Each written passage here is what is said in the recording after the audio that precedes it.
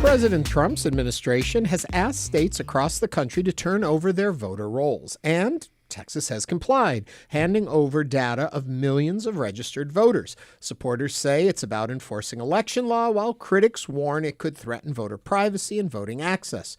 Joining us now is Natalia Contreras, who covers election administrations and voting access for Votebeat in partnership with the Texas Tribune. Natalia, welcome back to Hello Houston. Good to have you with us. Hi, good morning. Thank you for having me. Now, Natalia, I want to know, what exactly did the Trump administration request from states? You know, we keep saying voter rolls, like we all just know election talk or, how that process is. But for somebody who's not in the weeds of it, talk to us about what exactly the Trump administration requested, voter rolls, and how has Texas responded? Yeah, so exactly what they wanted from each state is if you have registered to vote in Texas, you have filled out a voter registration card, which asks you for your full name, your address, your partial social security number, maybe your driver's license number. All of those things, it's exactly what the Trump administration wanted.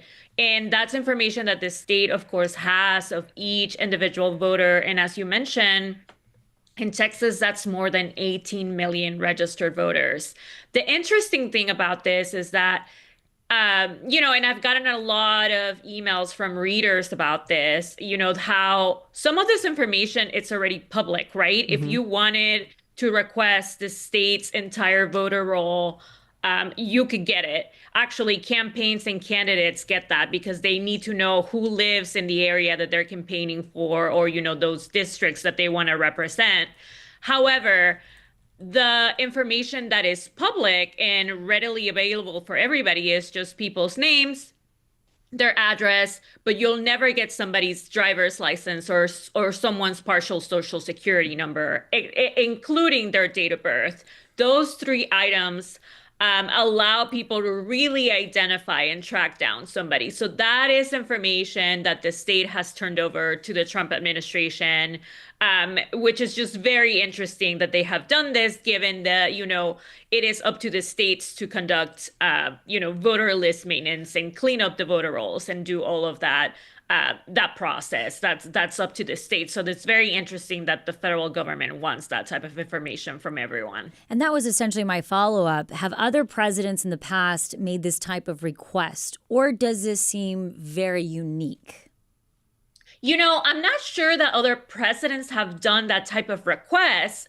It's just interesting because it is, the federal government right now, the Trump administration right now has said specifically that they want this information to ensure that each of the states are conducting voter list maintenance and they're cleaning up the voter rolls and that they're following the law.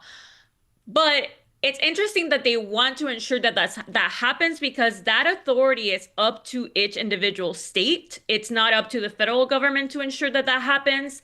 In fact, it's up to each individual jurisdiction. So in Houston, that would be the voter registrar. In Harris County, who's the tax assessor collector. In my county, it's also the tax assessor collector. Some other areas have election administrators. It differs, right, from county to county.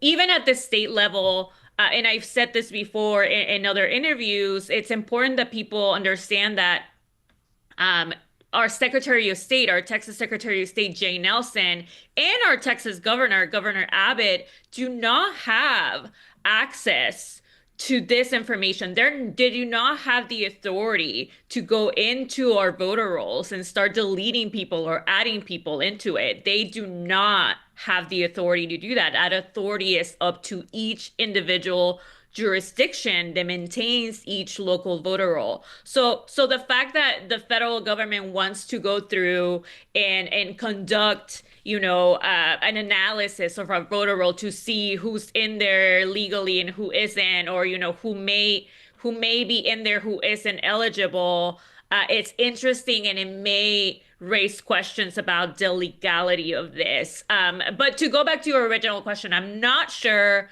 that other administrations have done this. It's just interesting that this is This is something, elections in our country are very local, are not, federalized. And so it's just interesting that the federal government wants to go in and take a look at this in this way. But nobody is saying, at least as far as I can tell, that they want to add or delete people from the rolls. They want access to see what's there. From where you sit, and if you want to speculate this out, why do they want this information? Yes, they may say because they want to do an audit and make sure it's a clean roll. What else could they use this for? Why would this be something important for them to attain? Yeah, and like you said, just to totally speculate about this, it's unclear why else they would want this. I have talked to attorneys in the past. There are active lawsuits about this, and also there are active lawsuits about the federal government using Department of Homeland Security databases that they're using to match against voter rolls to see who may be a citizen, who may not be a citizen. But one thing that one attorney once told me is that not only do they have your name and your address, but they also have your date of birth. They have your driver's license number. So might they be using this to identify where people live, if they have moved, where they have moved? Who knows? I mean, this is just very sensitive information, identifiable information. The fact that they have access to your name, your date of birth, and your social security number can really pin you down, because in our country, there are so many people that, even if you believe it or not, they do share the same date of birth and first name and last name. That's why voter rolls are so tricky and hard to keep up with, and people move constantly. But if you have that additional social security number and a driver's license number, that could really pin down who someone is. So just to kind of speculate, I'm just over here thinking, well, they can really just track down somebody if that's what they wanted to do. That's, really helpful information to do that. But it's very unclear at this point what the federal government intends to do with this. I haven't seen out of Texas just yet a lawsuit, anyone suing the Secretary of State's office over this transfer of this type of data, but it wouldn't surprise me if that were to come here soon. Well, I can see they would need some information if they were trying to get clear on who might be voting that's dead. So if you're trying to find out if there are dead people on the voter rolls, you're going to need their social security number. So I get that, but that's a very, very small part of this. Mm-hmm. What concerns some people is that they would take particular roles and say, here are all the people that voted for Democrats. We should send all of these to the IRS and have their taxes audited. And using that information to make life a little harder on Democrat voters versus Republican voters. What do you think about that?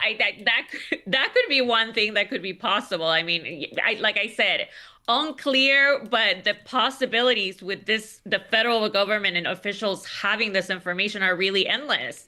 This is just very sensitive information. And the Secretary of State's office initially, when they first got this request last summer, they said that they were going to handle this request from the Department of Justice as a public information request. So initially there was some intent of just sharing what's already public with the federal government. However, they ended up ultimately sharing, and this happened in December 23rd, I believe.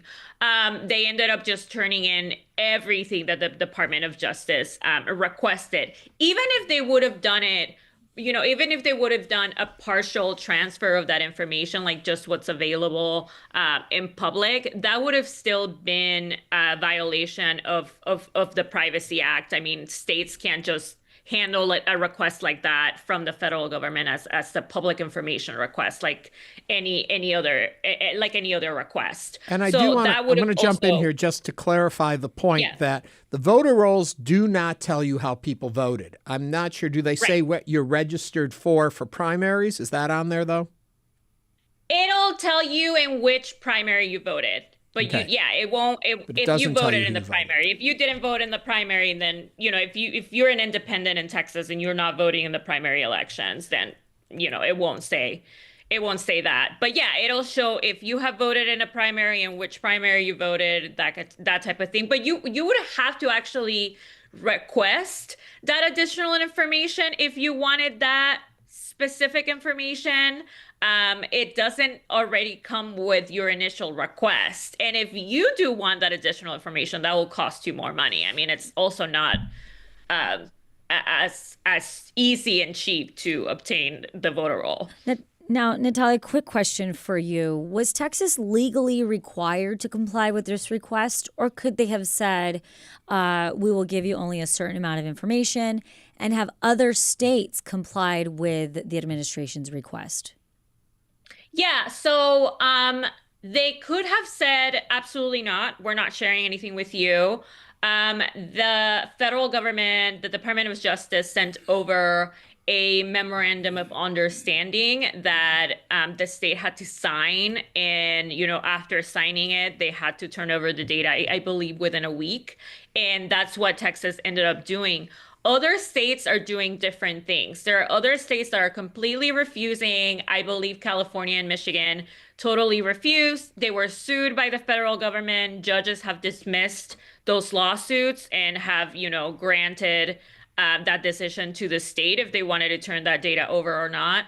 Other states have shared partial information, like I was saying earlier, just what's publicly available. And of course, the Department of Justice is coming back and requesting everything. So no, I mean, Texas was not entitled or required to submit this information. They could have said no. But when the Department of Justice sent over that memorandum of understanding that kind of outlined what they had to do, the minute they signed it, I mean, they had to kind of comply with it, and they did. Hey, Natalia, we got a text.